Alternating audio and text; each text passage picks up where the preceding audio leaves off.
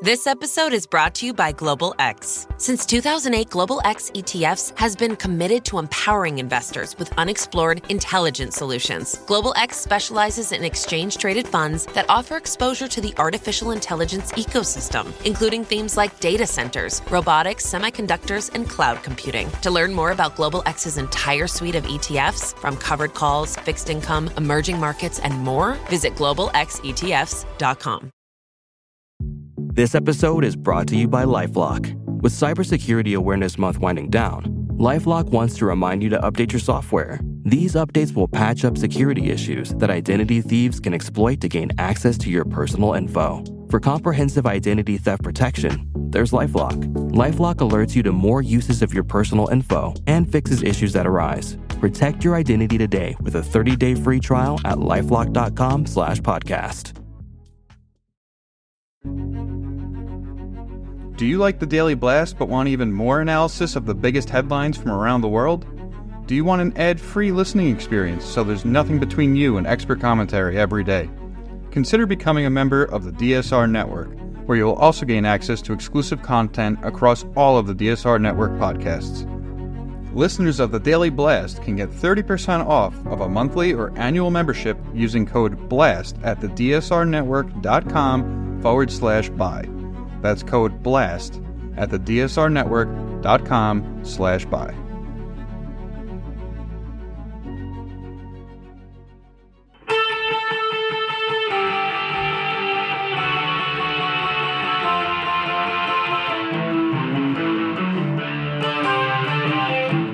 This is the Daily Blast from the New Republic, produced and presented by the DSR Network.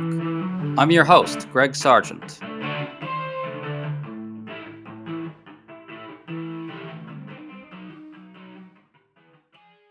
We just learned that Donald Trump's former White House Chief of Staff, John Kelly, believes that Trump will rule as a dictator if elected president.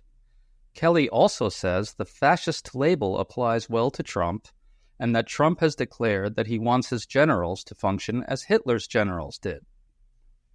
On Wednesday, Kamala Harris jumped on this news, citing it as the latest evidence that another Trump term poses a serious, perhaps existential danger to America.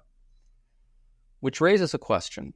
Is there a way for Harris to translate this bombshell news and news like it into a strong closing message that can win where it counts in the swing states that will decide this election? If so, what does that look like? Today, we're fortunate to be discussing all this with Ben Wickler, the chairman of the Democratic Party in Wisconsin. He's going to help us understand what to expect in his state and in the Rust Belt more broadly in the race's closing days. Thanks so much for coming on, Ben. Great to be with you, Greg. Okay, so John Kelly is now speaking out. He said Trump prefers the dictatorial form of government and that the term fascism applies to the former president. Kelly described fascism as a far-right authoritarian worldview that relies on forcible suppression of opposition and said this fits Trump. And Kelly also said that Trump has expressed a desire for generals like Hitler had. Here's what Kamala Harris had to say about all this. Donald Trump is increasingly unhinged and unstable. And in a second term, people like John Kelly would not be there to be the guardrails against his propensities and his actions. Those who once tried to stop him from pursuing his worst impulses would no longer be there, and no longer be there to rein him in. So the bottom line is this. We know what Donald Trump wants. He wants unchecked power. The question in 13 days will be, what do the American people want? Ben, I'm guessing that a lot of Democrats in Wisconsin are really glad Harris just did that. Is that right? And if so, why is that, from the perspective of an operative on the ground? This is critical because this is the genuine article, the stakes in this election. And now we've got Mark Milley, the former head of the Joint Chiefs of Staff, John Kelly, former President Trump's chief of staff, who was a four-star general, and Harris amplifying it, making clear that the nation's cameras are pointed directly at this reality. And that means for the voters that are on the fence, who often feel deeply conflicted in the final weeks of this election, people who maybe have voted Republican in the past, but are not quite sure if they can vote for Trump again, this gives them a very clear reason to break against Trump. And that could be the entire ball game. Wisconsin is a jump ball right now. There's a poll today that finds, I think, 2% of Wisconsin, or 4% of Wisconsin voters undecided, and 48-48 for Harris and for Trump. And that means that the decisions made by those last 4% could tip the entire election here, and probably, frankly, in all the other battleground states. There's 7 states that are jump balls in the final stretch. And what we know, and I know this from directly talking, knocking on doors and talking to voters. We know this from polls. We know this from models. We know this from focus groups. We know from every method of research that we have, is that there's a share of the undecided electorate who have been traditionally Republican, who can't stand the idea of Trump and are trying to decide for themselves whether they can overcome their aversion to Trump and still vote for him, or whether that is just so unacceptable that even if they disagree with Kamala Harris about a bunch of stuff, they're going to vote for her in the final stretch. That is probably the election defining question. Right now, the 538 polling averages have Harris up 0.4 points in the state. Couldn't be closer. You often say that this is Wisconsin being Wisconsin. It's a 50-50 state. So who are these undecided voters? A small subset are Republican leaning, maybe Republican. Just characterize the whole pool for us, if you could. One way of thinking about who these voters are is a deep dive that Craig Gilbert at the Milwaukee Journal-Sentinel did, where he looked at the undecided voters across a whole bunch of polls conducted by the Marquette University Law School in Wisconsin. He found that of the undecided voters in Wisconsin, half were people who had voted Republican mostly in the past. 10%, 1/5 the number, had voted Democratic mostly in the past. And then 4 in 10 had been kind of swing voters who'd voted sometimes Democratic, sometimes Republican.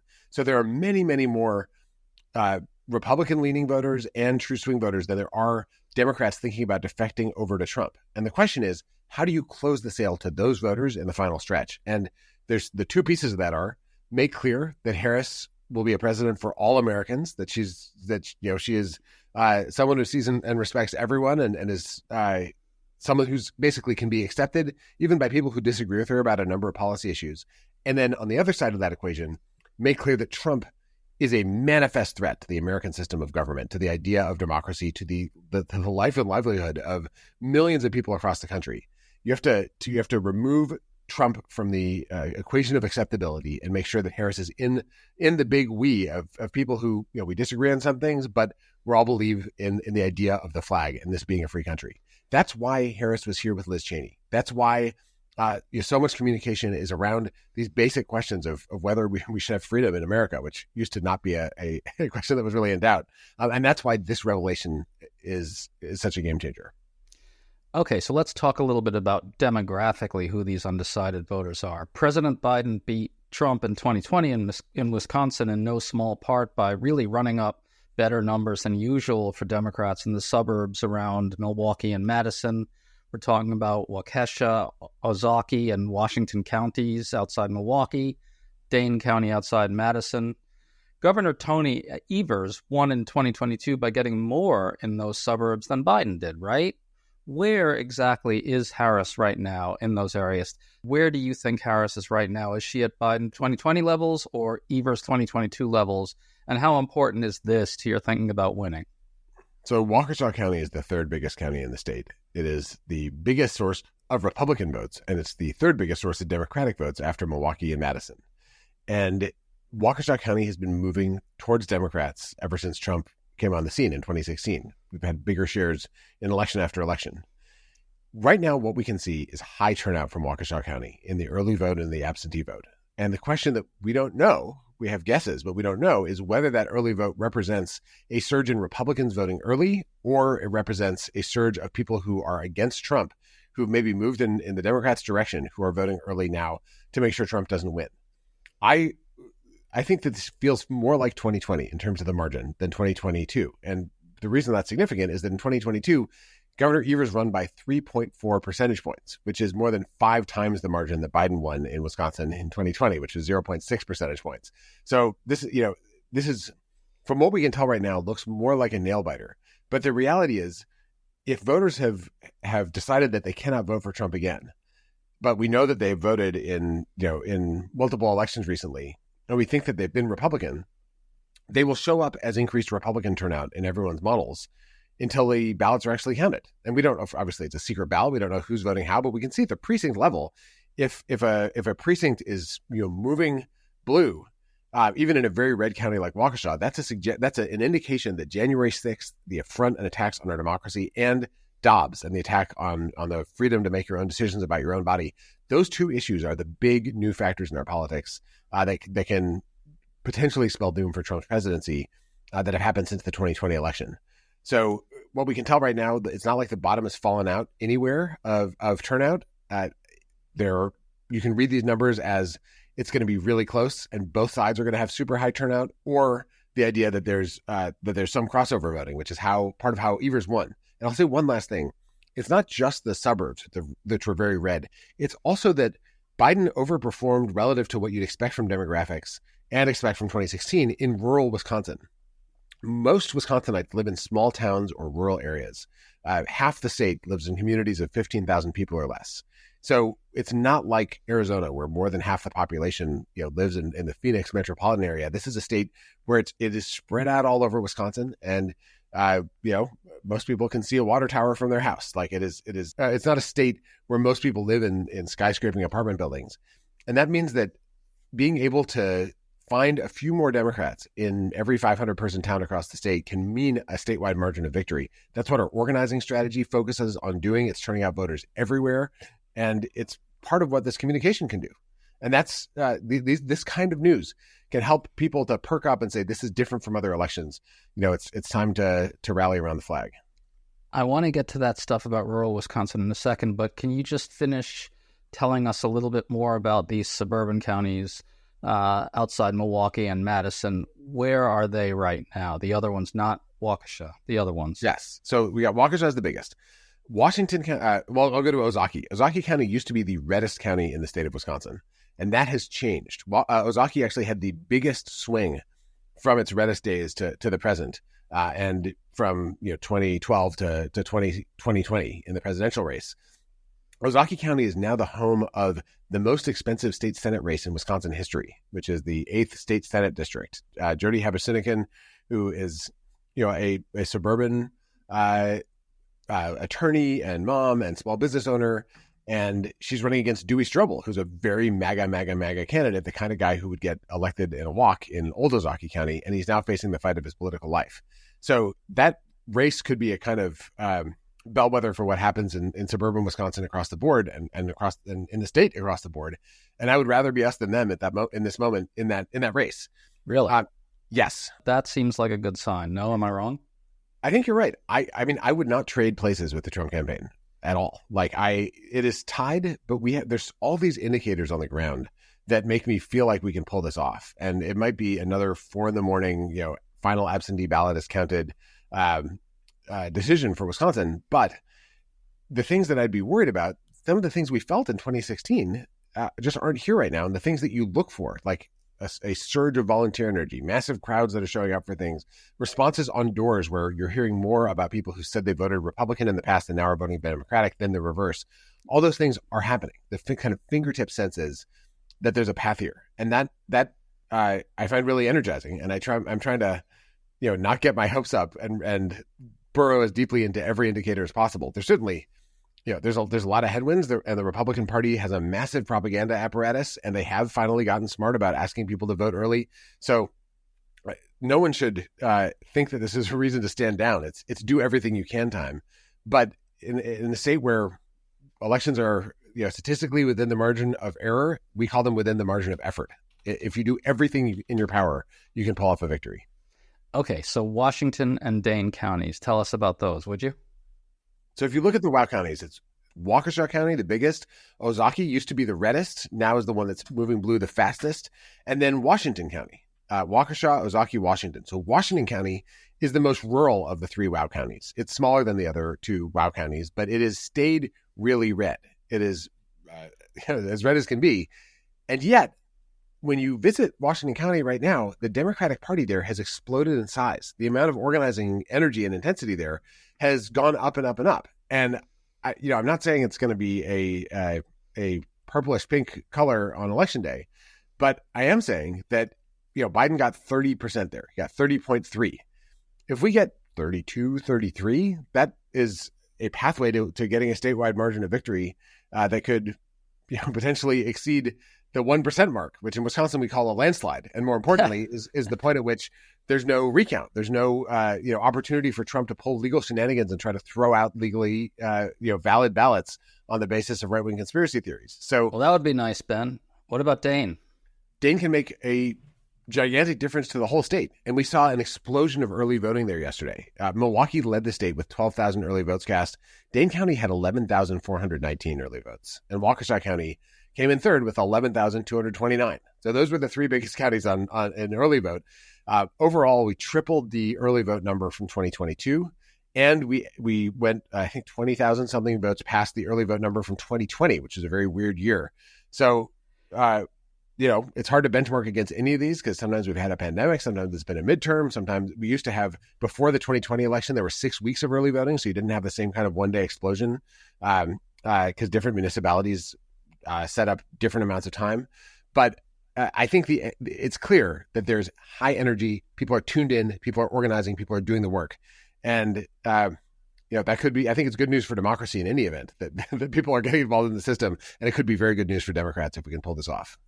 Well, let's go to what you brought up earlier, which is rural Wisconsin. For Harris to win, she has to hold down Trump's gains among non-college whites. Obviously, a huge demographic in Wisconsin, maybe a larger percentage of the vote in Wisconsin than either of the two other Rust Belt states that we're talking about here, Pennsylvania and Michigan, I believe.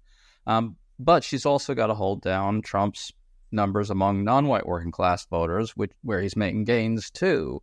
And then make up for whatever gains he makes in those areas by putting up big numbers in the WOW counties and Dane among suburban educated whites, particularly women, I guess the voters we've been talking about. What levels do you need to hold Trump at among non-college whites and non-whites in order to win this thing? And how's that looking?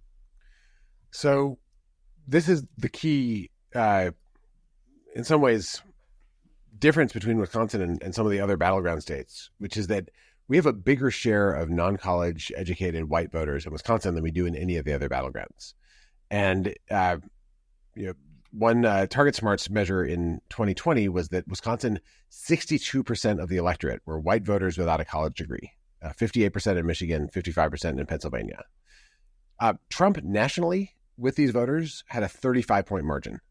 In Wisconsin in 2020, 16 points. So we way overperformed with these voters in Wisconsin, and we would have lost the state easily if we'd slipped a couple of points because it's, again, more than half of the voters in Wisconsin are, part of this demographic. Now, white voters without college or with college are not a monolith. And there's a lot of different communities, a lot of different ethnic heritages, a lot of different kind of cultures, religious beliefs.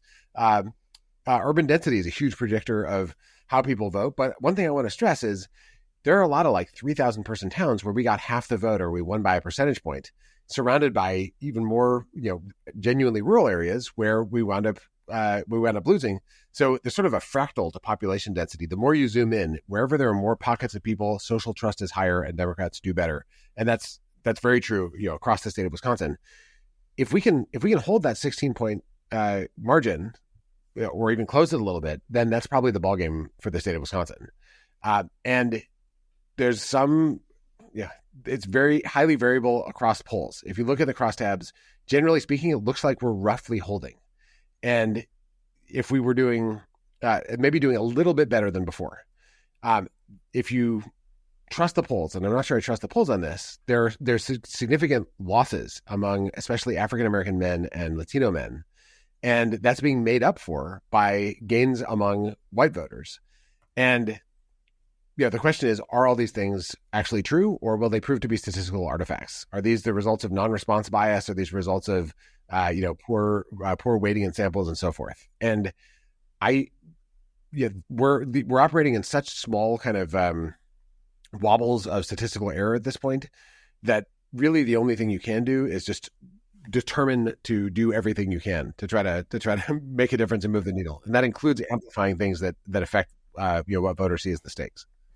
Absolutely. I mean, the Quinnipiac poll that you mentioned earlier has Harris at 39% among non-college whites in Wisconsin. I've seen other polls that are around there. I got to think if she can get to 30, if she's really at 39, she wins if she can get to around 38, 39, 40% among those voters, right? I'd rather do a little bit better. Better? Yeah. Where do you want it? I mean, yes, a 16-point difference means getting 42, 42 to 58.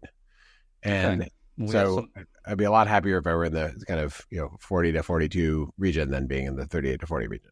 Where do you think it is right now from your experience? I think it's probably just shy of where we were in 2020. But I think that the gap, I think Harris's advantage among voters with college degrees is slightly larger than it was in 2020.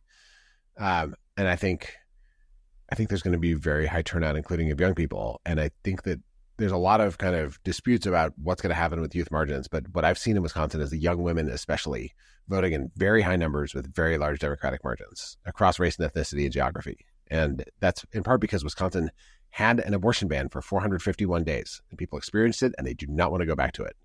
What we've seen is that the issue of abortion and the question of reproductive freedom, it moves everybody, especially women, everywhere in our state. And we saw this most vividly in the state Supreme Court race in Wisconsin in 2023, when Janet Protasiewicz, who campaigned saying, I'm not going to prejudge any cases, but you should know I think that this should be your decision. And Dan Kelly, the Trump-endorsed MAGA right-winger who is endorsed by far-right anti-abortion groups, they were head-to-head, and Janet Protasiewicz won by an 11-point actual landslide, not just a Wisconsin landslide.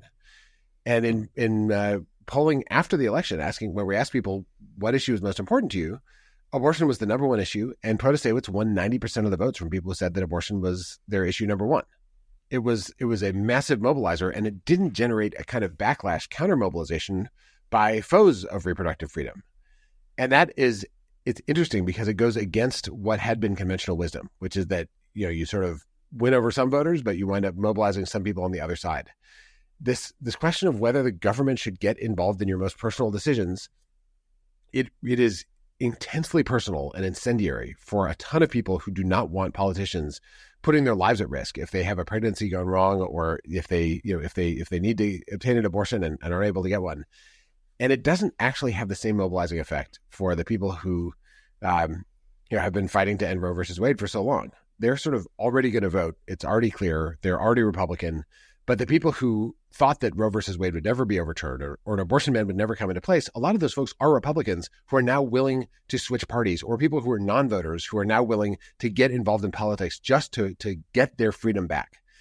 And those kinds of issues that are not already well sorted into the partisan buckets, they're few and far between in American politics. But in this moment, this issue we see it in our testing and polling in state legislative races too. It's the biggest persuasive issue. And I can understand why. This is something that I think Republicans wish would go away, that they could hand wave out of existence, but it's not going anywhere until freedom is restored.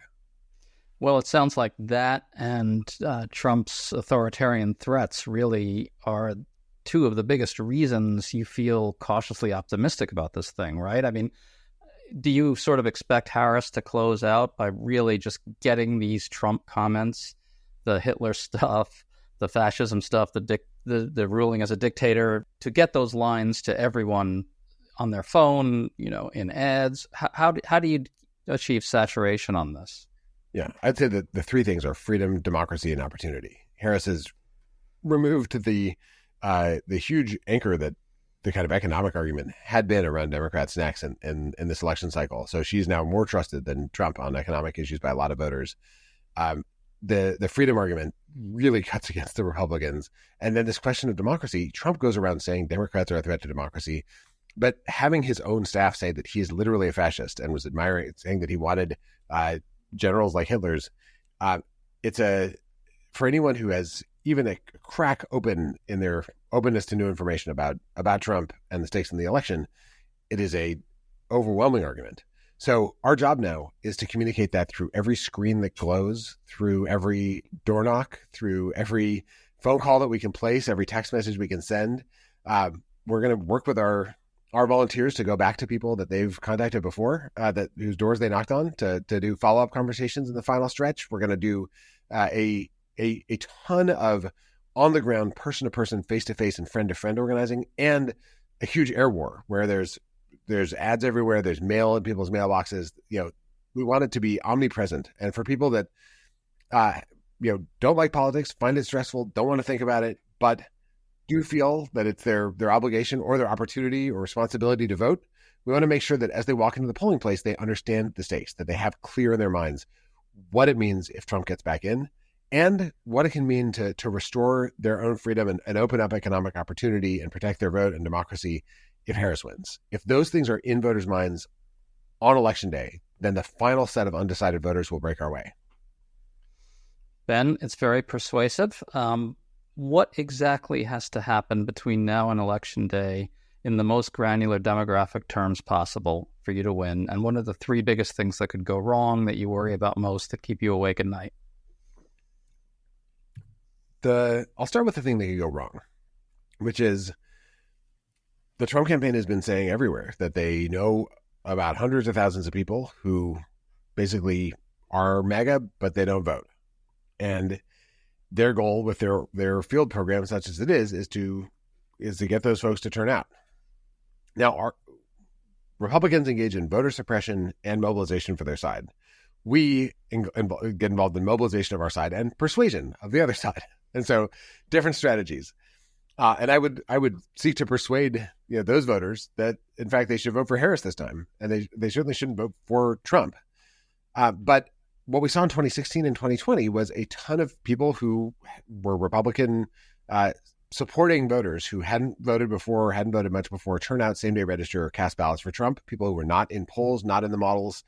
And Trump overperformed his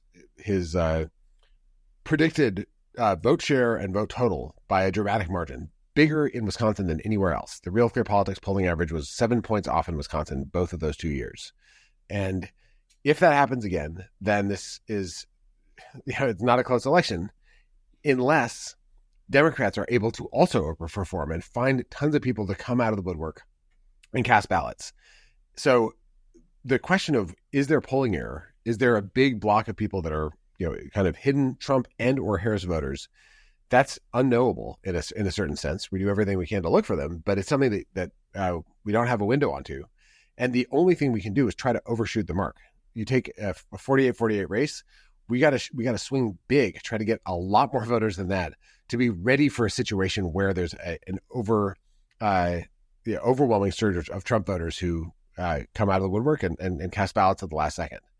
Now, if the polls are actually like 2012's and they're underestimating Harris support, then I think we would also be glad that we swung for the fences, because in that scenario, we can win a majority in the state assembly and with some seats to spare. We can win a slew of state Senate seats. We can win multiple U.S. House seats in Wisconsin, and Tammy Baldwin goes back to the U.S. Senate. And if this is happening across the country, then maybe we're going back with a Democratic trifecta. So, try to capture the upside as well as prepare for the downside. But what this means for us is we have to sweat the small stuff in every community across the state. It means among in small towns and big towns and the countryside across Wisconsin, with white voters who didn't go to college, also with Hmong voters, also with Native American voters, with Latino voters, with South Asian and voters from the Middle East, with African American voters, every group, with Ukrainian Wisconsinites. We want to make sure that they know the stakes for the country of their origin, and Polish Wisconsinites, which is a huge number of people, hundreds of thousands of folks. It means with young people to understand what it means for their future, for older folks to recognize what Trump wants to do to Social Security and what he proposed in every single budget that he had. It means for everyone who's thinking about starting a family or loves someone who might be starting a family one day, what it would mean if your reproductive freedom is taken away by the federal government, and for everyone to understand what it means if our democracy collapses because a would-be dictator comes into office empowered by the Supreme Court to break the law, with a vice president willing to violate his constitutional oath, who appoints only pre-vetted Project 2025 people willing to carry out unconstitutional orders to establish a Trumpian dictatorship. And making all of that vivid to those who are open to hearing about it, and making the case about straightforward pocketbook issues and reproductive freedom issues to folks who find it hard to believe the reality that Trump poses this kind of fascistic threat, all of those things at once might be just enough to win by a fraction of a percentage point. That's how we have to treat this election, that if we do everything, then we'll win by a hair. And then the day after the election, we'll find out if that all worked, if we overshot, or if, God forbid, it didn't work, then at least we can wake up knowing we did everything in our power. The last thing we want is to wake up with any kind of regret for leaving a stone unturned. So that's the mission from here on out the last 13 days. Ben Wickler, it sure sounds like you're planning to leave everything on the field, and all the people working with you do as well. Thanks so much for coming on with us today, man. What a great discussion. Thanks so much, Greg. Appreciate it. And let me just say, anyone who wants to help with all this should go to wisdoms.org/volunteer. You can phone bank from anywhere every day between now and the election, and then go to wisdoms.org/donate and chip in a few bucks. Thank you so much, Ben. Thanks, Greg. You've been listening to The Daily Blast with me, your host, Greg Sargent. The Daily Blast is a New Republic podcast and is produced by Riley Fessler and the DSR Network.